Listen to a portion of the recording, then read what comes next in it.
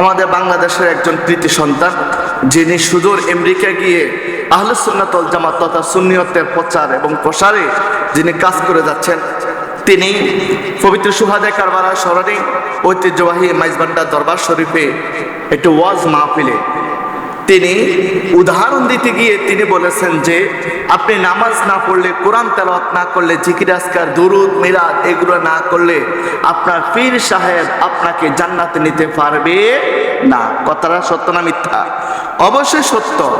কারণ আপনার পীর ও মুর্শিদ আপনাকে জান্নাতে যাওয়ার রাস্তা দেখিয়ে দিতে পারবে। আপনি কোন পথে চললে আপনি জান্নাতে যেতে পারবেন, কোন পথে চললে আপনি জাহান্নামে যেতে হবে, আপনার পীর মুর্শিদ আপনাকে সেটা বাতায় দিতে পারবে। কিন্তু আপনার পীর মুর্শিদ আপনাকে জান্নাতে নিতে পারবে না। আপনি সুদ খাইবেন, ঘুষ খাইবেন, লম্পট করবেন, চুরি করবেন, হানাহানি, ডাকাতি, মারামারি করবেন, এগুলো করে আপনার পীর সাহেব আপনাকে জান্নাতে নিবে? এত সহজ জান্নাত? এত সহজ না। তো সাইফুল আজম বাবার আজহারি সাহেব উনি এটা বুঝাতে চেয়েছেন, আপনি 2 নম্বরই করে আপনার গৌসুল আজম ভান্ডারে আপনাকে জান্নাতে নিবে না।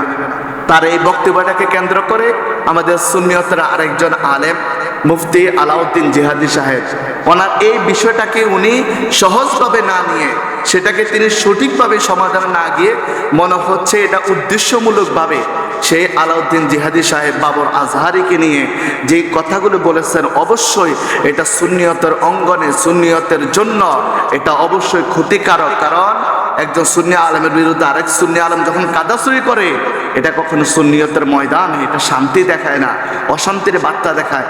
আলাউদ্দিন জিহাদি সাহেবের যেমন ওনার যেমন বক্তব্য আছে, বাবর আজহারি সাহেবের বক্তব্য আছে। কি দরকার আছে সোশ্যাল মিডিয়াতে আলেমের বিরুদ্ধে বলা? যদি বাবর আজহারি সাহেব কোনো ভুল বলে থাকে, মুফতি আলাউদ্দিন জিহাদি সাহেব আপনি দিনের একজন দ্বারক বাহক হিসাবে আপনার উচিত কি ছিল? আপনার উচিত ছিল আপনি ওনাকে ফোনের মাধ্যমে বা এক জায়গায় বসিয়ে এটা সরার মাধ্যমে আপনি এটাকে সাকসেসফুল করা। কিন্তু আপনি তা না করে ওয়াজ মাহফিলে সোশ্যাল মিডিয়ার সামনে বাবর আজহারি সাহেব, উনি সুন্নিয়তের একজন কৃতি সন্তান, সুন্নিয়তের একজন আইকন, ওনাকে নিয়ে আপনি যে মন্তব্য করেছেন, এটা কখনোই কাম্য নয়। আমি এখনো বলবো, আপনি কিন্তু অনেক বিভ্রান্তিমূলক কথা বলেন। মুফতি আলাউদ্দিন জিহাদি সাহেব বলে, কে বলে না, অনেক বিভ্রান্তিমূলক কথা বলে। উনি কয়েকটি বিষয় নিয়ে অনেক আপত্তি হয়েছে। আমি আলাউদ্দিন জিহাদি সাহেবকে বলবো, আপনি অবশ্যই বিষয়গুলো এড়িয়ে চলুন, কারো বিরুদ্ধে সমালোচনা দরকার নাই। আপনি আপনার মতো করে ওয়াজ করুন, আলোচনা করুন। বাবর আজহারি সাহেবের মতো ওয়াজ করবে।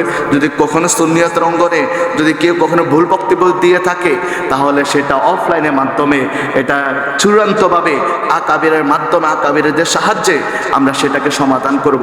এরপর আমরা সুন্নিয়তের ময়দানে কখনো কাদাছড়ি করতে রাজি না। আল্লাহ আমাদের সবাইকে বোঝার তৌফিক দান করুক।